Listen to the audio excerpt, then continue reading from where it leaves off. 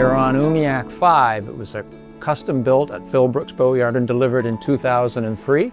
It was built for a very experienced cruising couple moving from sailboat to powerboat, and the mandate was for a go anywhere, go anytime, explorer type motor yacht. We coined the phrase patrol yacht because it has a bit of a military look to it. It was built on a William Garden designed hull for which Philbrook's built 5 fishery patrol boats in our past. Very proven, very seaworthy design.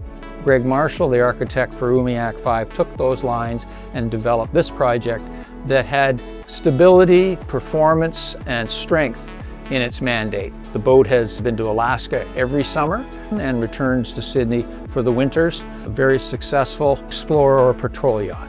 Umiak 5 is easily managed by an experienced couple. It does have 3 staterooms, so there's rooms for guests and family as well.